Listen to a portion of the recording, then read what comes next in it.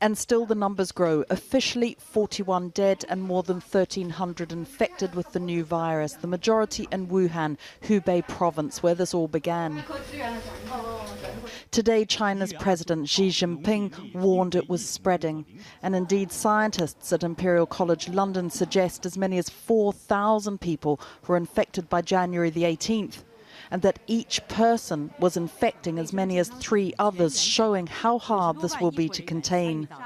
With pressure growing on the Chinese government, much of the country has now declared a level 1 public health alert. All transport in and out of Wuhan has been stopped. From tomorrow, all vehicle use, including private cars, will be banned from downtown.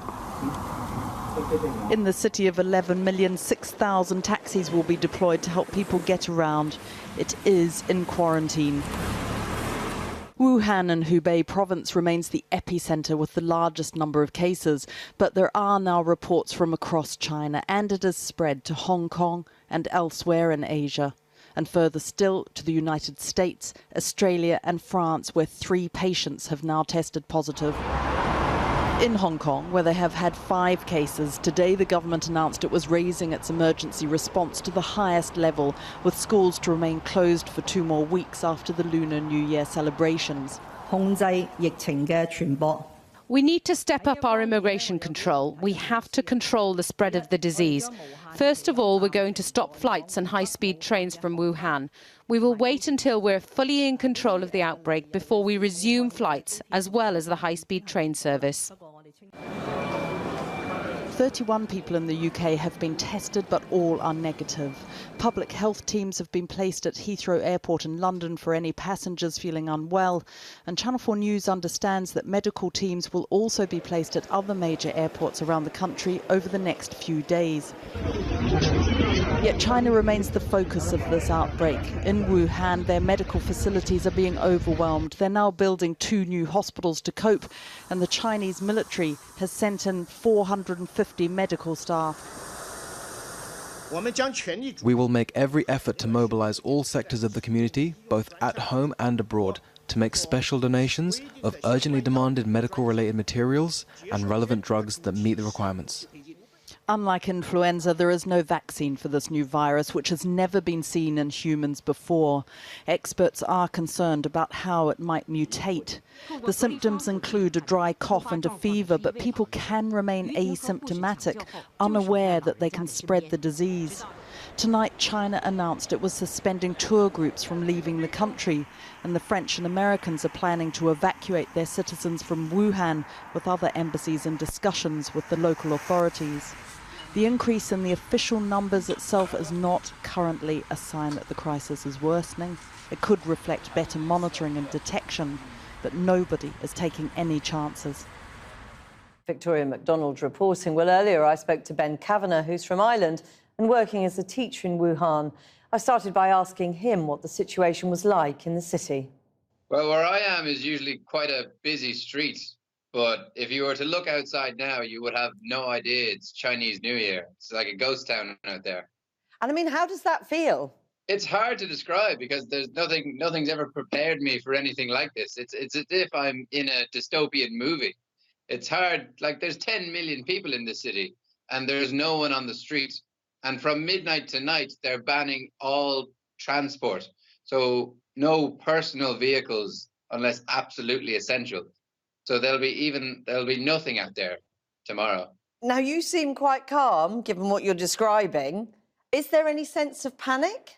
As the days go by, the panic seems to be increasing. I try to not worry until it's time to worry.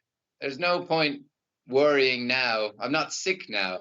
I'll worry if I get sick. But yesterday, in an American group chat, the people were freaking out a little bit. Today, just a few minutes ago, people in the British group chat, they were freaking out because the UK government don't appear to be doing anything, while the French and the American governments look like they're taking action for their citizens. Yes, now I know your stories appeared in the Irish press. Have you heard at all from Irish diplomatic services? Are they giving you any advice? Are they getting in touch to see how you are? I haven't heard anything from anyone, but I also haven't tried to reach out because it's also Chinese New Year. So, consulates and embassies, they're not open today. But for Ireland, I haven't heard from anyone, but I haven't tried to reach anyone. I don't think it makes sense to leave. We're here. And if we left, we would feel better, but then we're only risking spreading the disease. You're there on your own, as I understand it. What, if any, precautions can you take, or are you being told to take, to prevent catching this virus? Well, the best thing to do is stay at home, but unfortunately, that's just not possible the whole time. So when you do go outside, I actually wear swimming goggles, would you believe it? Because that's how the doctors and nurses have been infected, because they're being infected through their eyes. They took precautions for their mouths with masks, but the doctors and nurses were infected in the hospitals through their eyes. So now when I go out, I wear 2 masks and a pair of swimming goggles. It looks silly, but it's the safest way to do it. And how often are you venturing out? Presumably you need supplies. I will be going out first thing in the morning for what I can only describe as a massive shop, because I don't want to have to go out again for a very long time. I plan on bringing my suitcase to the shop so that I can get enough stuff.